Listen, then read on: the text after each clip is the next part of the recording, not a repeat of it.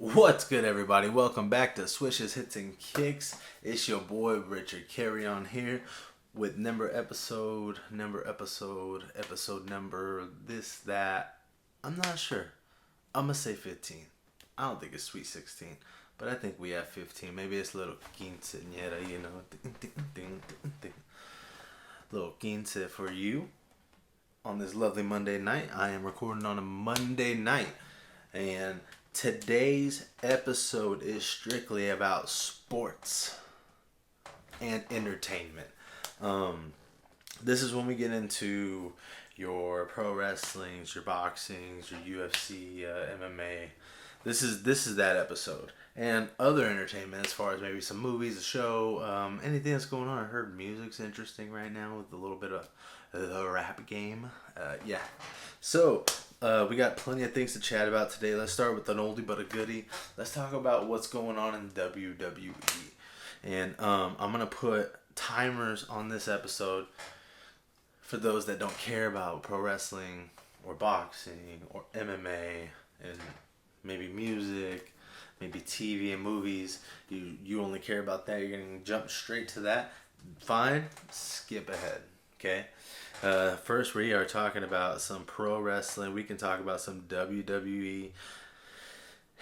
And WWE right now, man, WWE's hot. Since last time we talked about it, they had the big backlash over in France. Huge event there. They're headed to Saudi Arabia here very soon. Tonight, as I'm recording, Monday Night Raw's already ended. They're heading into the King of the Ring semifinals and finals. On the Raw side of things, it looks like we have Gunther and main event Jay Uso. It's just me, Us. Day one ish, baby. Just like this.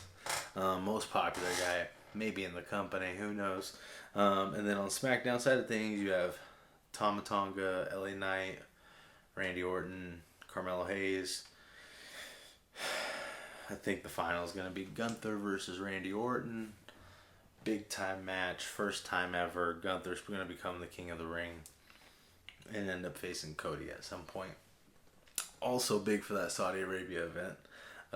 You have Cody Rhodes against Logan Paul. And I think that's huge on a social media way because, man, Logan Paul has just grown into this big WWE characters that the fans hate, but know that he does really well. It's hard to hate on his skill level of pro wrestling with like not a lot of time in the game. He's really, really good for how long he's been in, how many matches he's had, and obviously he's a huge star. He's the biggest WWE star social media wise, right? So him versus Cody Rhodes is going to be big. It's going to be huge. Cody Rhodes is a prime athlete. Prime versus prime. Not Optimus, but we could wish someday. Yeah. But yeah, I don't think Logan's going to win. That'd be huge, obviously, for him and WWE and maybe their social media growth. But I think the wrestling fans will be pissed. But I think Cody's the guy. I've been saying that. So we'll see some couple big matches. The women's side of things. If I had to put money on it, I would say Tiffany Stratton's going to win the whole thing. I just feel like she's money as well. I would love to see, though, for WWE, like a prediction I have is I would love to see main event Jey Uso win his own singles title. He's the most popular guy on the show. It's just me, Us. Day one-ish. Let's talk about AEW. The only couple times on this show that I've ever talked about AEW wasn't always in the best light, right? It wasn't. It wasn't always in the best light. But I want to talk about AEW in a positive light going forward as best as I can. And I want to talk about their pay-per-view they have in a few weeks. Because for those that are not in the know about AEW and the way they do pay-per-views, honestly, they deliver every pay-per-view. They do amazing. So I just want to read the tentative card so far. You have Swerve Strickland. Whose house? Swerve's house. Against Christian Cage. I think it's going to be a great match. I think Swerve wins. You got Tony Storm, Serena Deeb. Willow Nightingale versus Mercedes Moné, the former Sasha Banks, her first match in AEW. Roderick Strong versus Will Ospreay. I think Ospreay is going to win his first title there. And then another big match is they have an Anarchy in the arena. The new elite, the Young Bucks, Okada, and the scapegoat Jack Perry versus the American Dragon, Bryan Danielson, Eddie Kingston, and FTR. Anarchy in the arena is basically like an anything goes, like match, no holds barred type. Anything goes. And I assume there's going to be a few more other matches like laid out there. I assume you're going to get Adam Copeland, the former Edge, against Malachi Black. We'll have the Death Triangle against Bullet Club Gold. I think Jon Moxley's going to defend the IWGP title, which is the New Japan World Heavyweight title, against Konsuke Takeshita. I always struggle with his name. We'll have probably the Best Friends fighting still. Orange Cassidy, Trent Beretta. I could see on the pre-show be like Thunder Rosa, Deonna Purrazzo, and Jericho and Hook still going at it. AEW pay-per-views are amazing. I recommend every person to go watch an AEW pay-per-view and just have fun. Maybe their stories aren't always the best, but you know, the story, when they do have stories, they're pretty layered, and you do have to pay a lot of attention to it. My one thing I would say, like, and I don't think this is a negative, but I think AEW will probably get better at is showing the audience the story that's going on before the match. So like, if I'm a new fan and I've never watched the show, like, I would love if they just showed that bling. If they just like told me the story of what's going on ahead of time, so I don't have to wonder why these guys fighting. That's all. Other than that, their show's probably gonna be amazing. They got multiple shows this week. I recommend to go watch it. It's something different in WWE, and that's not always a bad thing. It can be a good thing. Let's talk some about boxing. So the last time we talked about boxing, it's been a while. We had the Devin Haney, Ryan Garcia. I was very surprised Ryan Garcia won. They got popped for steroids, but his B sample shows none. Who knows? Devin Haney's wanting to fight him again, run it back, and all this stuff, wanting to sue.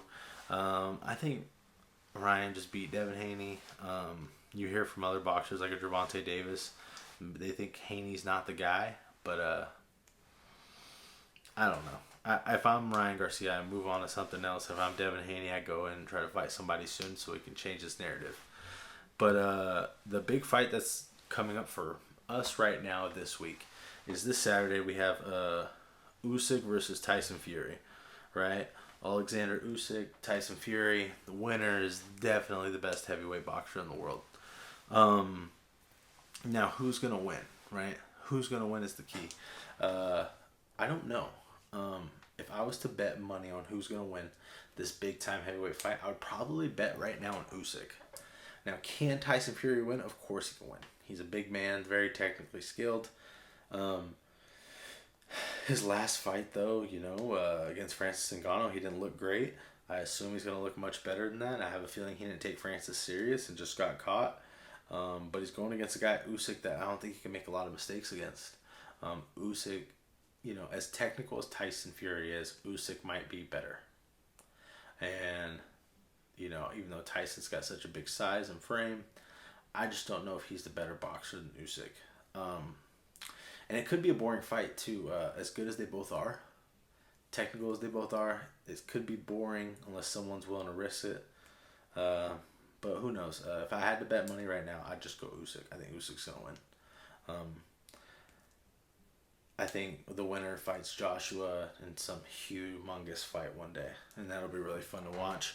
I know there's been a lot of talk of like Canelo, because he just won the other weekend, and they want him to fight, I believe, Benavidez, but he's wanting $200 million. Honestly, I don't blame Canelo.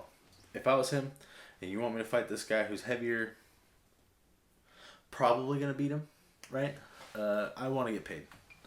But I don't want to say a gripe, but I do have a little bit of a gripe, I guess you'd say, with like, not Canelo specifically, but just like how things are about like Oscar De La Hoya. him and Oscar De La Hoya have this issue, and man, it's a trip how far Oscar De La Hoya has fallen. And I say that in the fact that, like, I was a kid growing up watching Oscar De La Hoya. Like, I remember it was a huge deal watching Oscar De La Hoya versus Julio Cesar Chavez when they fought the first time. And this is after Oscar got out of the Olympics, Golden Boy, right? And man, he was a big deal. Watched every fight Oscar fight. He was our guy, right? Mexican people just loved him. And it's crazy because, you know, he has some big wins. Obviously, he's had some losses, right? If you want to be real, like he fought Mayweather really well, really close. That was one of Mayweather's closest fights, you could say. I'm not saying Oscar was going to finish him, right? But I think it was the closest fight Mayweather's ever had, maybe. It's arguably the De La Hoya fight, right? Like, that has to be one of his top 2 or 3 hardest fights he's ever had. You know, even though I believe he said he thought he won 8. Even his own dad didn't think he won 8, so, you know, it is what it is. But man, it's weird. Like, now in 2024, when we go back and look at, like, those wins and crazy fights and historical things Oscar De La Hoya has done, like, he's known for being just, you know, like a cokehead, erratic person who wears women's clothing, allegedly. It's the photos show. Like, it's just weird that that's what we think of him as now, and now, you know, shady promoter that gets in arguments online and with his fighters and at it with Dana White, right? Like, it's just weird. I don't know. It's kind of sad because I was, man, huge Oscar fan. Me and my whole family were. He's an amazing fighter, done a lot of things, and it's just weird. It's almost like it's forgotten about just because of the things he's done now. Moving on. Let's talk about some MMA. I told you all, like, one of the last episodes we did before we took a couple week hiatus, right, a little break, was that May was going to be pretty boring heading into a fun June for UFC. And man, that Brazil card was boring. Besides, like, an Anthony Smith submission. The King of Rio returned Aldo. Sure, the main event, very lackluster. So lackluster that Mighty Mouse, the greatest flyweight himself, said, "Don't put the flyweights in the main event." Yikes. But the UFC had some fun with the St. Louis card. Derek Lewis delivered. A lot of the guys that they wanted to delivered. You know, Terrence McKinney, man, I don't know what's going on, brother. Struggling right now. But Derek Lewis did well. I would love to see him come to the WWE in his Gold Dust outfit.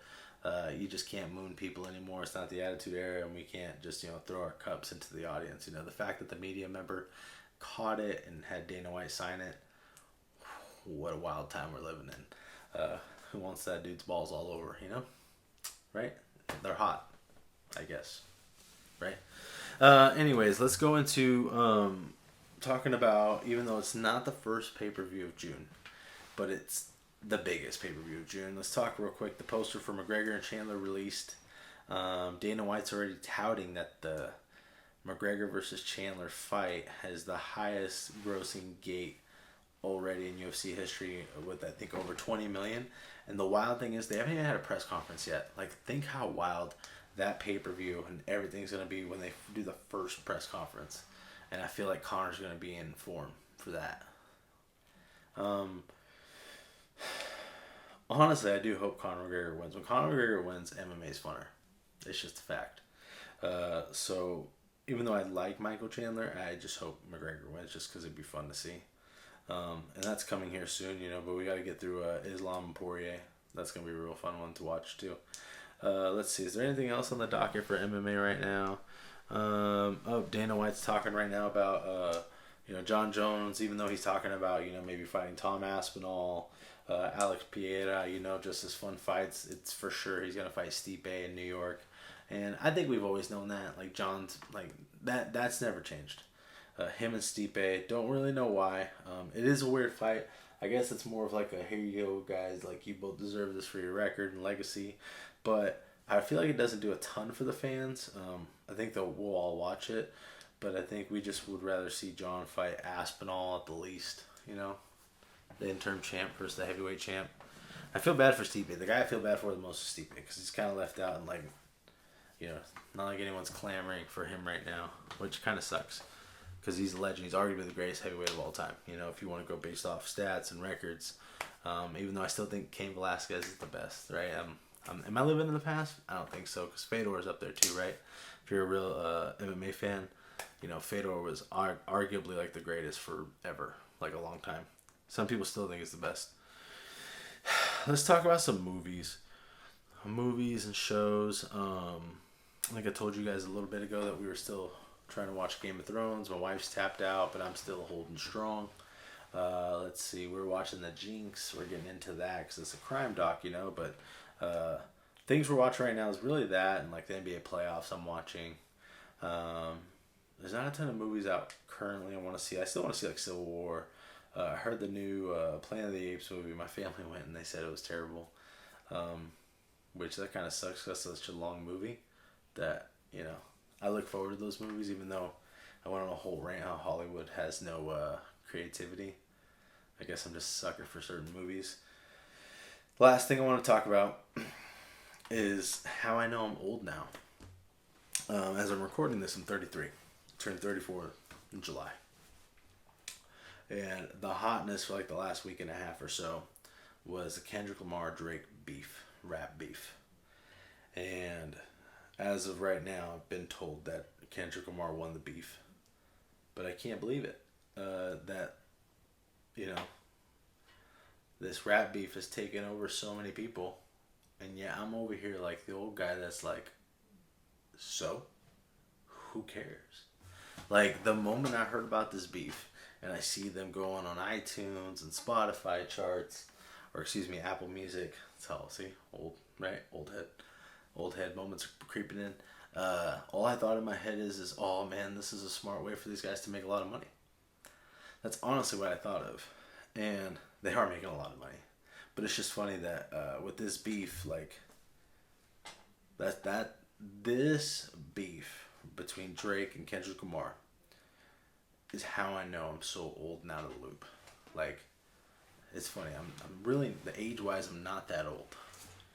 But I guess mentality-wise, that's how I know I'm old. Even though I'm the guy that still collects, like, figures and have all my WWF Hasbros and the new retro figures, and I have displays of figures all around this room that we're in, even though they're just not in this show. Like, it's just funny to me because I still know I'm old. Because I could care less about this beef. And I'm just like, that's tight. Can't we just make songs that are fun? That I like? Although I'll give it to Kendrick. Kendrick has put out more songs right now than Drake that are a little funner. Even though, like, if we go to the past, like, I might enjoy some of Drake's songs a little more. That's how you know I'm old. I'm a softie for some of those love songs, right? But yeah, that's the episode today.